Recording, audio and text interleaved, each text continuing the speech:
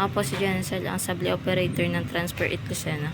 Ito po ay nagamit ng 6 na araw na may total na 5 meters. Ito po ang printer head EDEA. Ito po ay hindi pa po napapalitan. Ito po ang cupping na may 100% good condition pa po. Head clean.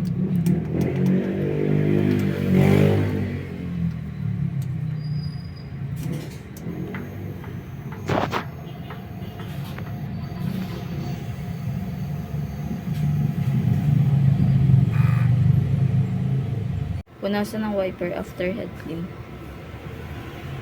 Nozzle test.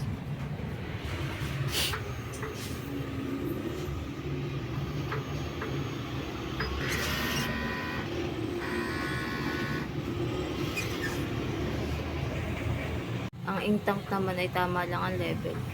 Ang waste tank ay nalinis kanina. Dito naman po nakalagay yung unused at used. At nandito naman po yung film. ABR at ground wire. Ito naman po yung aming daily output. Ito naman po yung aming daily checklist. Thank you po.